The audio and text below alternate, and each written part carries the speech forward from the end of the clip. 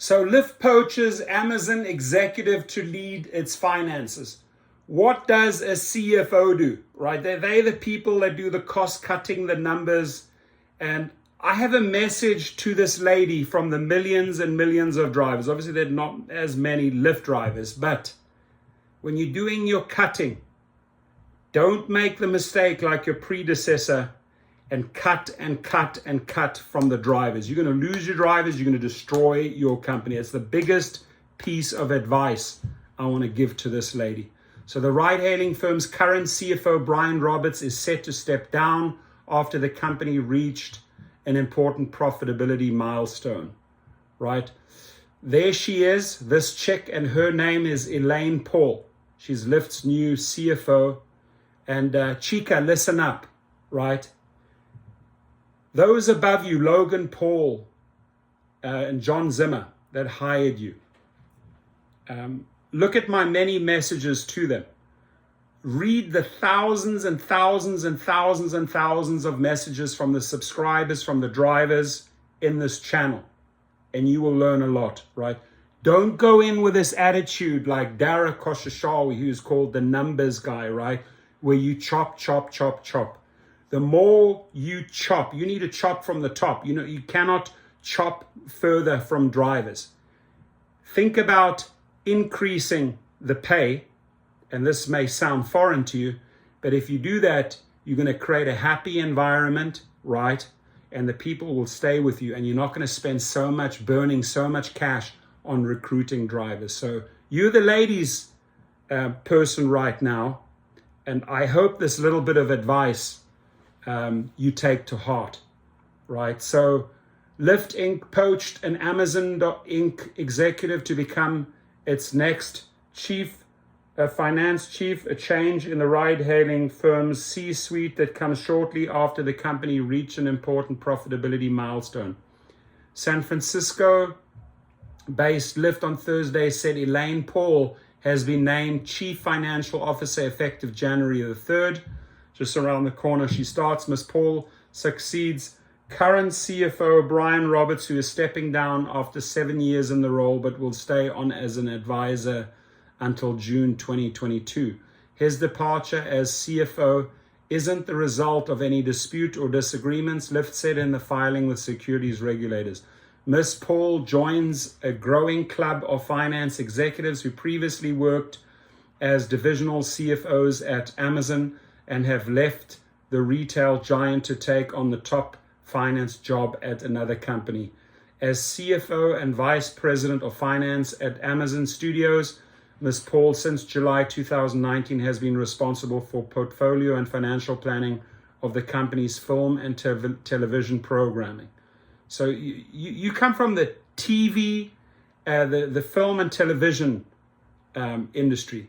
Yeah, again, no clue about drivers, taxi drivers, delivery drivers, rideshare drivers, no clue, right? So they pick her from the film. I mean, it blows my mind how they select these people, right? Operations and Prime Video Marketing Finance Division. She previously served as CFO of video streaming service Hulu, and before that spent nearly 2 decades at Walt Disney in senior finance, strategy, and business development roles, Lyft said in a press release. Ms. Roberts has served as Lyft's CFO since November 2014 and helped prepare the company for its initial public offering in March 2019. That was Mr. Roberts. A former Walmart executive, Mr. Roberts, together with the other leaders, led Lyft through the downturn caused by the coronavirus pandemic.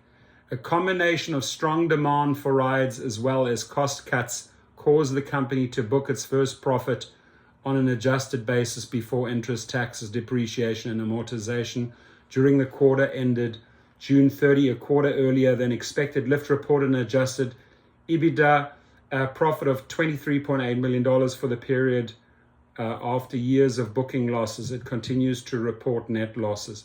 Lyft rival Uber Technologies achieved the adjusted EBITDA milestone a quarter later. Both companies are facing some of the same challenges, including driver shortages. So listen up. Listen up here, Chica. Listen up, Elaine. Here it is, including driver shortages. Elaine, why do you have driver shortages? Because you're not paying the people. You're cutting in the wrong places. So I have a loud and clear message. Learn from that, right? And we give her a chance.